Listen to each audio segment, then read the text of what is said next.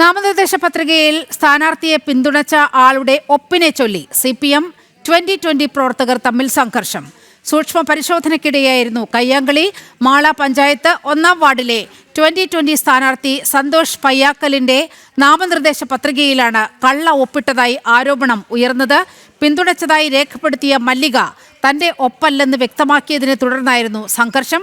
അതേസമയം മല്ലിക CPM അനുഭാവിയാണെന്നും ഭീഷണി മൂലം നിലപാട് മാറ്റിയതാണെന്നും 2020 ആരോപിച്ചു. വിവരങ്ങളുമായി സാനു കെ സജീവ് ചേരുന്നുണ്ട്. സാനു, CPM-ഉം 2020-യുമായി നേരത്തെ തന്നെ ചില പ്രശ്നങ്ങൾ കഴിഞ്ഞകാല തെരഞ്ഞെടുപ്പുകളിലൊക്കെ ഉണ്ടായതാണ്.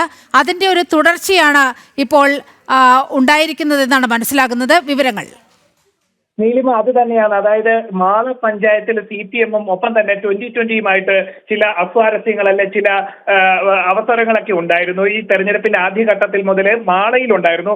മറ്റു സ്ഥലങ്ങളിലും സമാന നിലയിൽ തന്നെയുള്ള എറണാകുളത്തൊക്കെ ഉള്ള പോലെ തന്നെയുള്ള പ്രശ്നങ്ങൾ ഈ മാളയിലും ഉടലെടുത്തിരുന്നു. അതിന്റെ അവസാന ഘട്ടത്തിലാണ് ഇപ്പോൾ ഒരു പൊട്ടിത്തെറി അല്ലെങ്കിൽ ഒരു കയ്യാങ്കളിയിലേക്ക് കാര്യങ്ങൾ എത്തിയിട്ടുള്ളത്.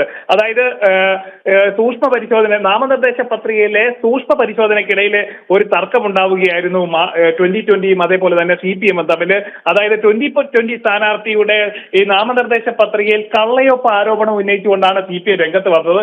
ഇത് ഈ ഓഫീസിൽ വാഗ്വാദങ്ങൾക്ക് ഇടയാക്കി. തുടർന്ന് പുറത്തേക്കിറങ്ങി തമ്മിൽ തല്ലുന്ന നിലയിലേക്ക് പോലും കാര്യങ്ങൾ എത്തിയിരുന്നു. ഇതിനെ തുടർന്നാണ് ഈ ഒരു കള്ളയൊപ്പ് ആരോപണവുമായിട്ട് CPM-ഉം ഒപ്പം തന്നെ ഈ ഒപ്പിട്ടത് CPM-ന്റെ അനുഭാവിയായിട്ടുള്ള സ്ത്രീയാണെന്ന് ആരോപിച്ചുകൊണ്ട് 2020 രംഗത്ത് വന്നിട്ടുള്ളത്. അതായത് ഈ ഭീഷണിയെ തുടർന്നാണ് ഈ സ്ത്രീ തന്റെ അല്ലെങ്കിൽ ഈ ഒപ്പിട്ടയാള് ഈ നിലപാട് മാറ്റിയതെന്നാണ് 2020 പ്രധാനമായിട്ട് പറഞ്ഞിട്ടുള്ളത്. എന്തായാലും ഈ തെരഞ്ഞെടുപ്പിൽ ഉടനീളം തുടക്കഘട്ടം മുതൽ തെരഞ്ഞെടുപ്പ് പ്രഖ്യാപിച്ച സമയം മുതൽ തന്നെ മാള പഞ്ചായത്തിലെ പല ഭാഗങ്ങളിലും 2020-യും ഒപ്പം തന്നെ CPM-ഉമായിട്ട് തർക്കവും അസ്വാരസ്യങ്ങളും ഉണ്ടായിരുന്നു. അതിന്റെ ഭാഗമായിട്ട് തന്നെയാണ് ഇപ്പോൾ ഉണ്ടായിരിക്കുന്ന സംഭവങ്ങളും.